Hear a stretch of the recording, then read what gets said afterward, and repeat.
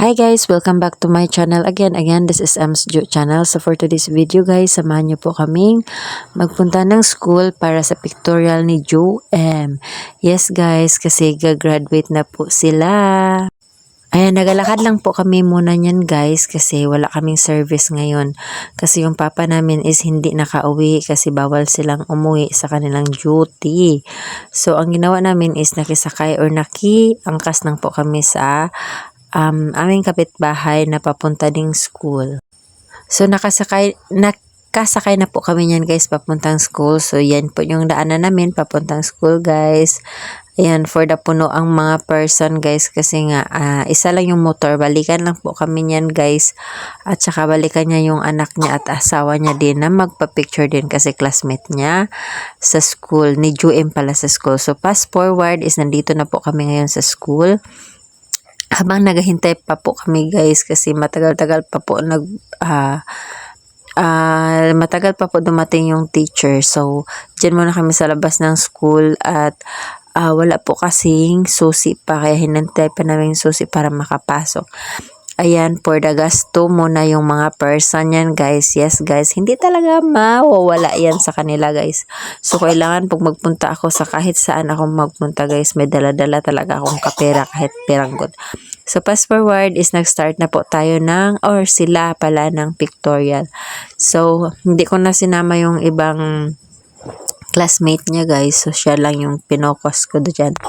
So, yan, for the assess mo na yung teacher niya. Yan po yung teacher ng prep. So, since wala yung papa nila guys, kami lang munang apat ang nagpa-picture. So, sad pero okay lang yan.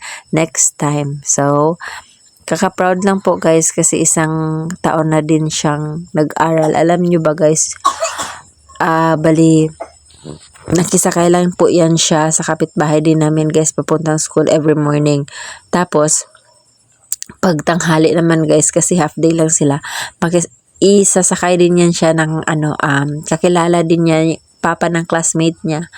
So isasakay din yan sila pauwi dito sa sa amin.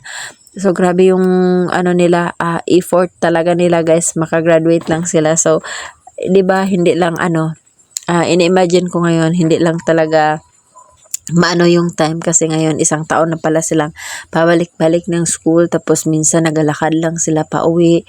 Naranasan nila yung init at ulan. May vlog po ako nung ulan na nag-uwi kami. May vlog din ako nung init na pauwi din kami. So natapos na po pala tong pictorial guys. So naghintay na po kami niyan sa aming service pauwi. So for the play mo na yung mga bata kasi pinauna namin yung asawa ng driver namin. So thank you so much po talaga sa kabutihan nila ni Ning as Simeon kasi andyan sila nung nakisakay kami or pinasakay nila kami kasi wala nga kaming service.